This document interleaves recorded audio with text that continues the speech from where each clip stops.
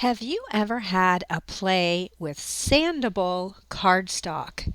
It's super fun, and as my little journal that I'm making out of sandable cardstock says, it's full of possibilities as to what you can do. If you're in my February Patreon, you are getting some sandable supplies along with this fun little sander that has a sander on one end and ink on the other. And you are getting the cutting guide to make this project. But I also want to show you what else you can make with sandable paper if this is something that you think is fun. So let's talk about sandable paper first. There are two different kinds. Sorry for the glare. I definitely have my favorite, and that would be this, and it's sandable, no white core by Coordinations. And you can't, unfortunately, I was not able to find this assortment pack anywhere online. But they still do sell this in individual sheets, which is kind of disappointing, but I bought this a long time ago. But this is definitely my favorite out of the ones that I've tried. And I'll tell you why after I show you the second option. The second option is Tim Holtz. He has three color packs, I guess you would call them, and it's just called Craft Stock. And I bought the neutral pack and the cool pack. There was a third one, but I don't remember what it was. Wasn't a color palette that I really use very often, so I just bought a couple of these. The problem with this is it only comes in 9 by 6, so it's very limiting. So I am a little disappointed in it. The other major difference between this and the Coordinations is the core. So sandable paper, traditional paper has a white core. Unless you buy really, really good paper, then it is a solid color all the way through. With sandable paper, it's made of two different colors. This particular one, in addition to all the beautiful colors that are in here, tells you right here what it's going to look like if you tear it or sand it.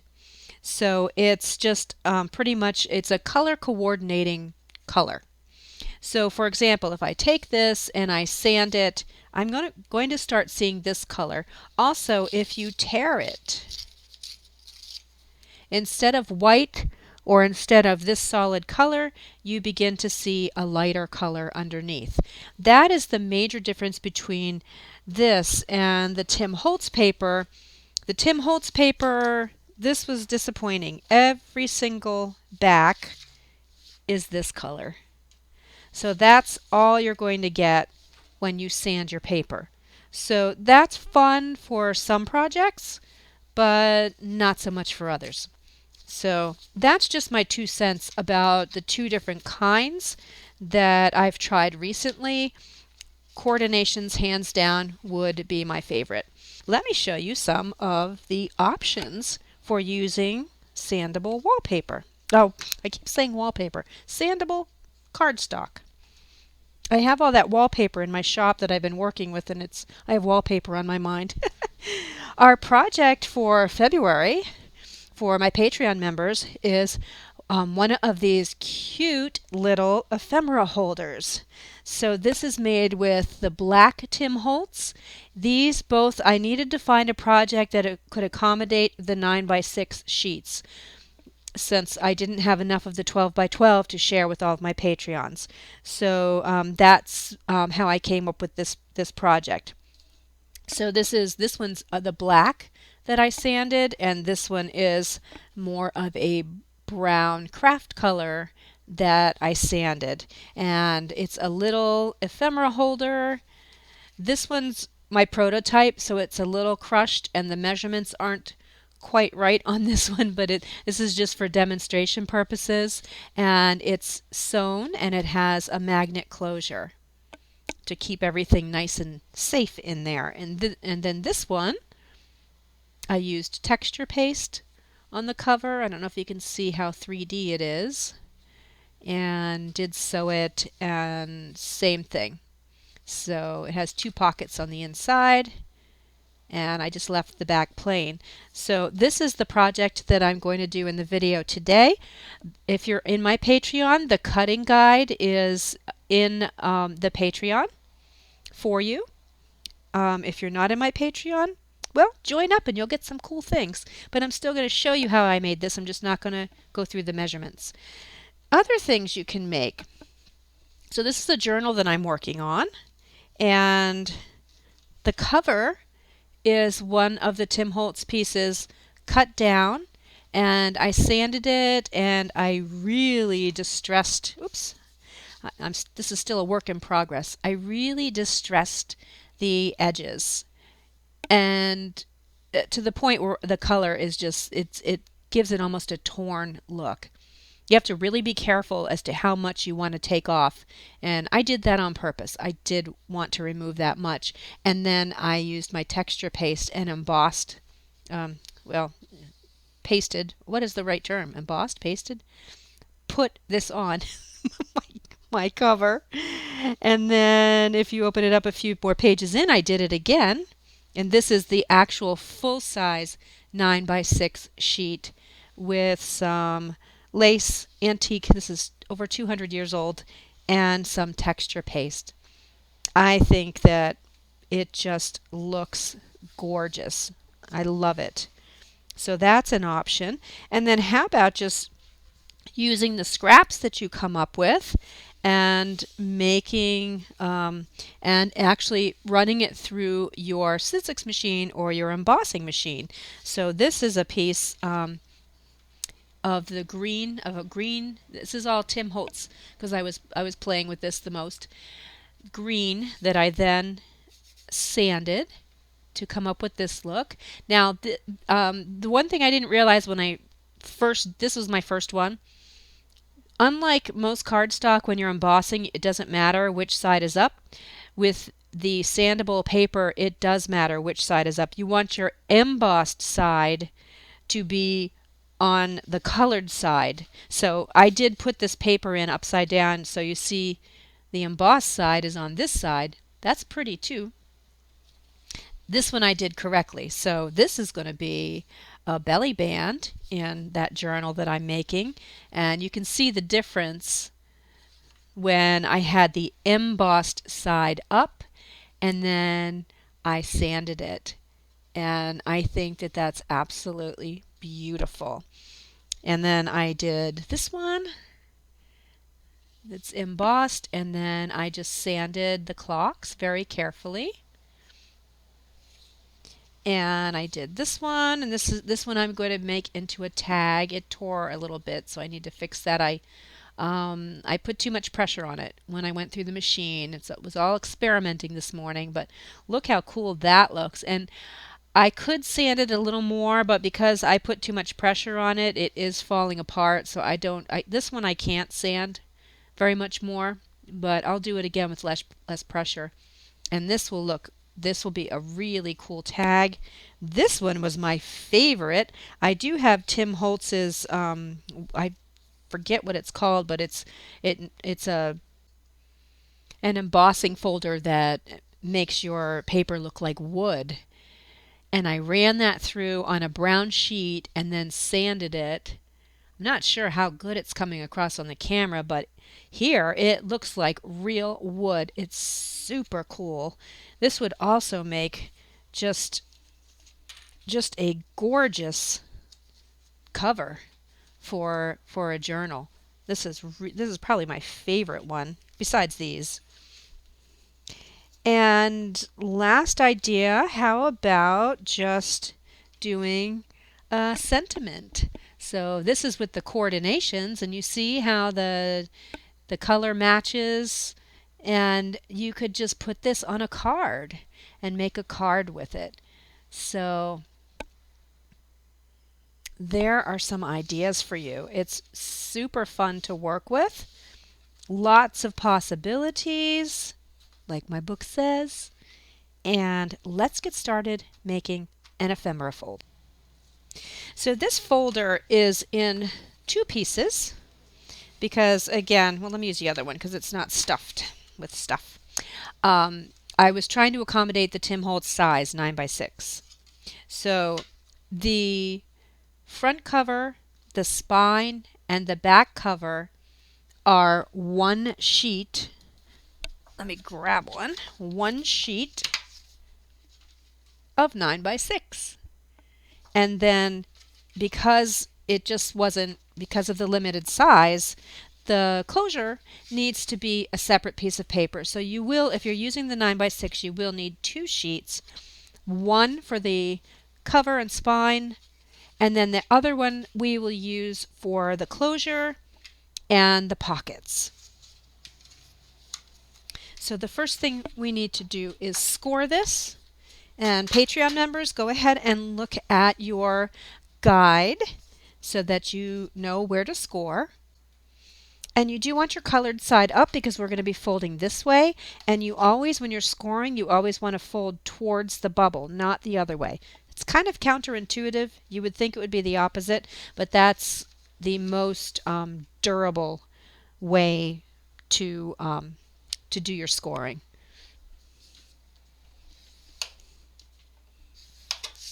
So what we've done here after you do your two little scores, and I like to burnish them down afterwards so we have a nice sharp crease.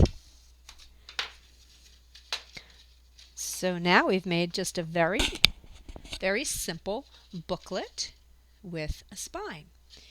Next we want to look at your cutting guide, and we want to cut the piece for the flap. And make sure when you cut that you cut it like this, because you need this piece for your pockets. So if you cut it across this way, you're going to waste a lot of the paper. So put it in your machine in your cutter with the 9-inch side up, okay? And then look at your cutting guide and score your closure piece.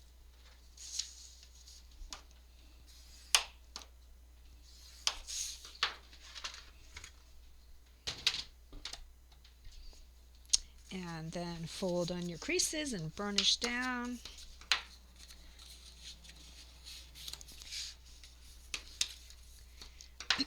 Excuse me. And so now you have a little piece that looks like this.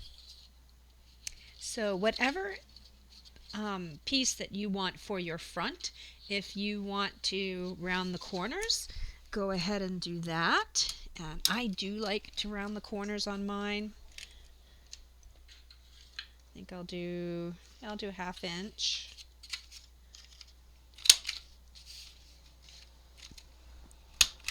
Okay. So now this is what we have so far. We have our little booklet and we have our closure. Your closure should fit over your little booklet really nicely. We have two pieces. Now that we've cut our pieces, we do want to do the sanding.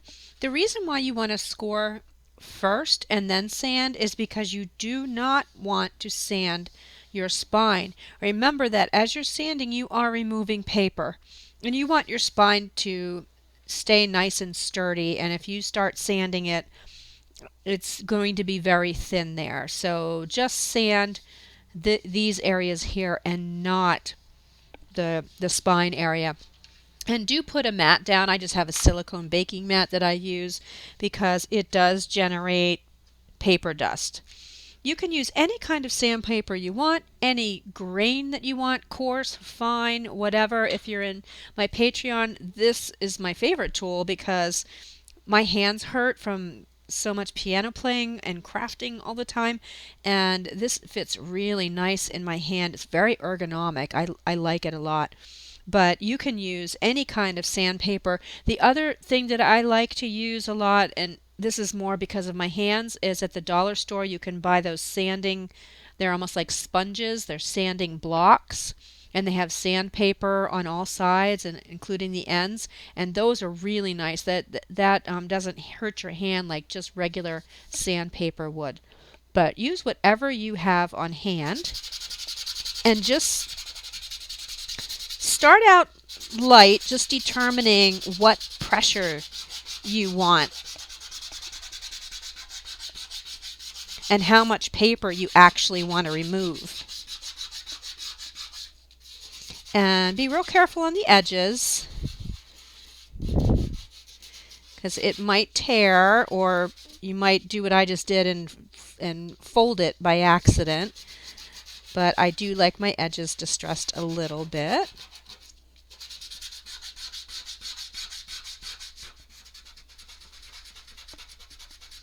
And just sand it down until you have the look that you want. Now I've already done a lot of these and my hands are really hurting, so that's all I'm going to do. On the others I did, this one I did sand the front and the back. This one I only sanded the front, not the back. So this one I'm just going to sand the front, and this is what it looks like so far. And I just realized I only have a little bit of paper towel left because my dog chewed up my paper towel into little bits, and this is all I have on hand within reach right now. So just clean up your project. And if you want to sand your closure, you can do that too, but again, don't sand the spine or the crease where the spine is. I'm not going to sand my closure because I just want it to be nice and strong. So we'll clean up the dust here. And this is the point where we want to take our pieces over to the sewing machine. And when I was experimenting and very first started doing this, I sewed my pieces first and then sanded, and I sanded away my threads. Duh. So, so there is a particular order that you should do things with this project. So sand first and then take it over to your sewing machine. I just do a straight stitch around all of the edges for both the covers, and then for my closure I do the same. I go around and stitch like this. Okay, I'm back from the sewing machine. My pieces are sewn. Maybe you can see it better this way and this way. And I slipped a bit when I was going around the circle, but that's okay. I'm not looking for perfection. Okay, so this is what we have so far. Let's go ahead and attach our closure. Very, very simple. You just want to take the side that is not rounded and put some kind of adhesive on this flap right here, not going all the way to your scored end. I personally like double-sided tape because I do a lot of mini albums and I use a lot of this, but you certainly can use glue, any adhesive that you want to use. Anything will work.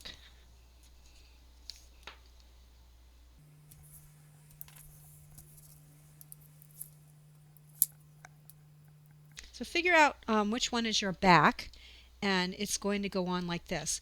I do find it's easier to turn it inside out like this, and then you can see, didn't trim my threads here, and then you can see exactly where you're placing this. So somehow I managed to lose a little bit of footage, but I think you get the idea. You're just going to take your 9x6 piece and you're going to put it on the flap right there and burnish it down. It's really simple. You really didn't need to see me do that. Okay, the next thing I want to do is put on the magnet. So you have 2 magnets in your kit. On The ones that I did, the magnet is showing on the outside, and I don't mind that. I kind of like that look, but you certainly could take something and glue it on top of the magnet and cover it, or put a strip of paper here if you don't like that, but I don't mind it. So the first magnet's just going to go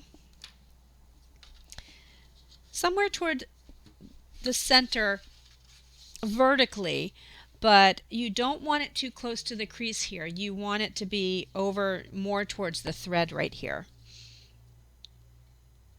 Okay, and I'm just going to put a little dab of glue there. I think that's a little too much. Don't want it to be messy.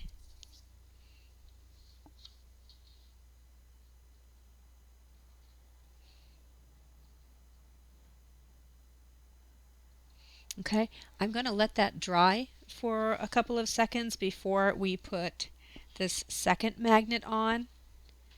And you should let yours dry too, and then I'll be right back. Okay, we're all dry. Now, for the second magnet, I did not want it to be on the cover. I didn't want it to show, but I wanted it to make sure that it has a really good it's really good strong closure. So I'm putting it on the inside here. Now, how do you find out where to put it? That's really simple. You're just going to drop your magnet on there, put a little dab of glue, if I can get the glue to come out, and then you're going to close your booklet this way. Try to make sure that it's all nice and even, and just press down a little bit. And when you open it up, you have a dot that shows you exactly where you should put your magnet. So I'm going to go ahead and put a dab of glue on there. Oops. And put the magnet right where my little blob of glue is. And I like to put a little strip of double-sided tape over this just to hold it down. Just gives it a little more security.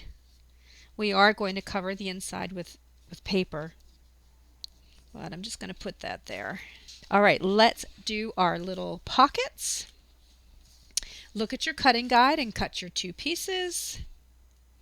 And then here's how we're going to score them. We do have a right and a left pocket, and they each need to be a little bit different.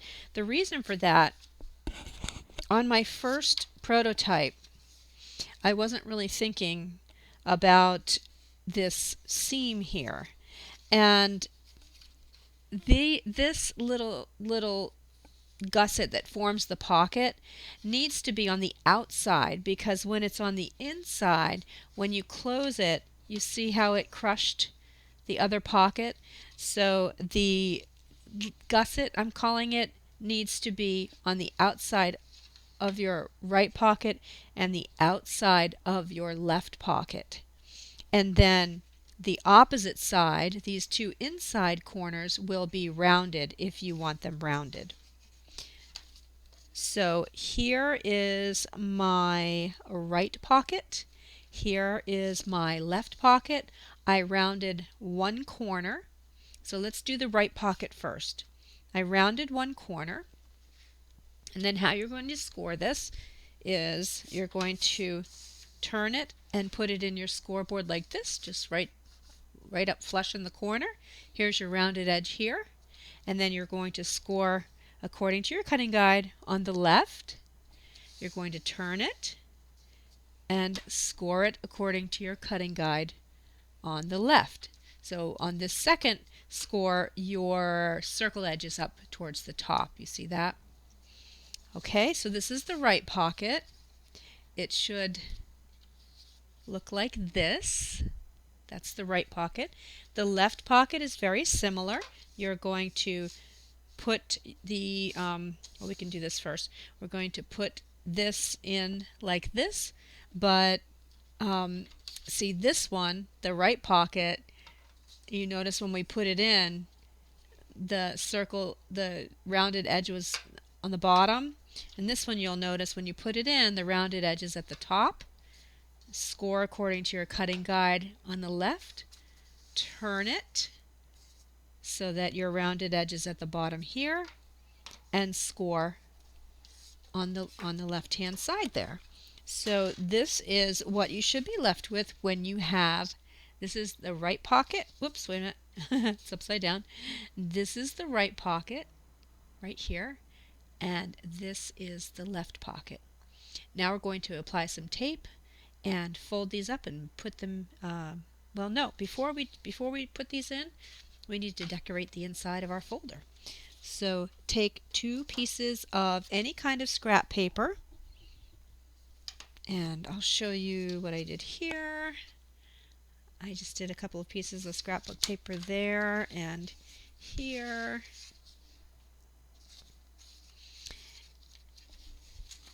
So we're going to cover these 2 panels with scrapbook paper. And the measurements are in your cutting guide. And I'm just going to put those here. These are just papers I had in my scrap pile. And you don't need to go all the way to the bottom because our pocket's going to be there. So don't worry about that too much. I might turn this way. Yeah. Ink the edges if you want of your paper, and I do want. You know me, Tim Holtz vintage photo all the way.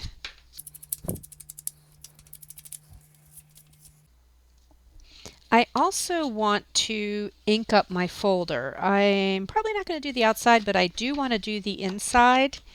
And part of what I do when I'm doing the inside is I like to do the spine because that's not going to be covered with anything. So I like to grunge it up just a little bit. Same with my flap. Just easier to do this before you get the pockets on. Do the whole edges. Makes it look a little more leathery, I think. You do need to do the bottom if you're inking up because the pocket's not going all the way to the bottom. Okay, we've done our inking. I'm just going to put these in, either glue or tape them, whatever is your preference. Okay, mine are all taped in. And one thing that I just thought of too is if you didn't sew, you might want to make your pages a little wider. I made mine the width that they did because I wanted a nice little border on each side of the paper, this side and the sewn edge. But you see how much extra I have here? If you don't sew, you're going to have a lot more blank paper around, which is okay because you're inking it. It's all according to your preference. So now we have our 2 pockets. This is the right one, the one that goes on the right side. Let's do this one first. We are going to flip it and apply glue or double-sided tape to the outside score line here. And I don't know if it's going to come across on camera. And here. Okay, because this video is getting a little long, I went ahead and put the tape on and did some cuts. So make sure that you put your tape, I forgot to mention this, your tape goes on the front of your pocket because this is going to get folded under. So I put the tape right where I said I was going to, and then I cut the corner off. So I cut all the way up to the second score line here and here on both of these pockets. So this is what your right pocket looks like now, and this is what your left pocket looks like. So now I'm going to fold on all 4 score lines.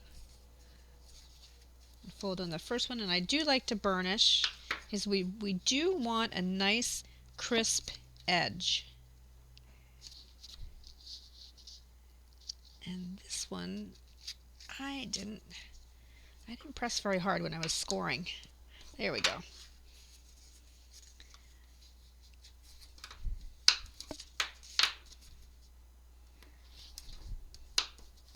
Okay, so this is what we have now. So this is the pocket, and then we have now a bottom and a side. We're going to put these two together so that we have a really nice, neat little corner. So take off all of your tape or apply your glue, whatever you prefer, and then just try to put this together as neatly as you can. And just press it down a little bit so that it sticks together. So it's going to be, mine isn't sticking, it's going to be like this. And then turn it. Mine is not sticking. I'm going to have to put a little dab of glue there in the corner. I never have issues with this double-sided tape. Never had this happen that it doesn't work really well. Right. That should help that. And then we just need to, I just want to crease this again. We just need to put this down here and make sure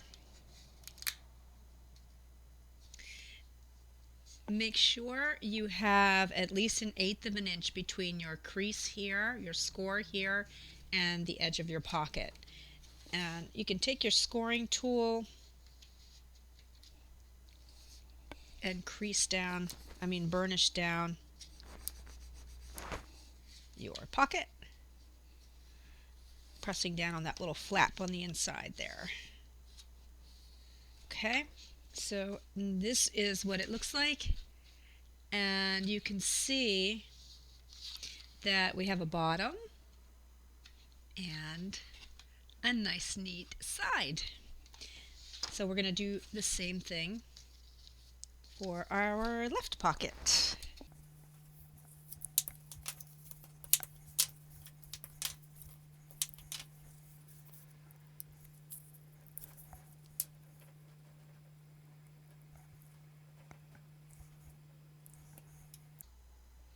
So once again, I'm just putting some glue on the edge there. Here are my two folds. I'm going to fold it down like this. It should create a near perfect corner. And then we will just put it down. Make sure that your bottom lines up on your two pockets. Make sure you're not too close to that crease there. And put your pocket down and burnish.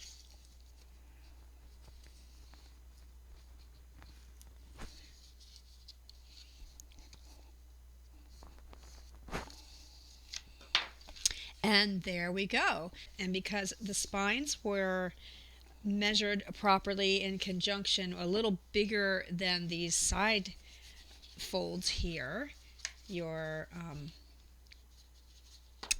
magnet should just work perfectly. So it's that easy. Now you can just decorate your cover and do whatever you want with your cover. In the interest of time, because the video is getting a little longer, I'm not going to decorate, but just do whatever you want. Rub-ons, put a collage. I don't know how, this is too big, but put a collage on there. Do a word sentiment. Do some stickers. These are rub-ons. And as I showed you, this is texture paste. There are just so many things that you can do with the Sandable wallpaper. Where are my other examples? Here, you could do some more sanding and, put something on the cover if you wanted. Just decorate it. All sorts of options for Sandable wallpaper. February Patreons, thank you so much for your patronage. It means the world to me. Welcome to all of our new members. We're up to something like 150 members now. It's a wonderful community. Come over and join us if you haven't already. There is a free membership as well, where you can just see some of the projects and get a little freebie every once in a while. I'll put the link down below. And I will see you in the next tutorial. Bye!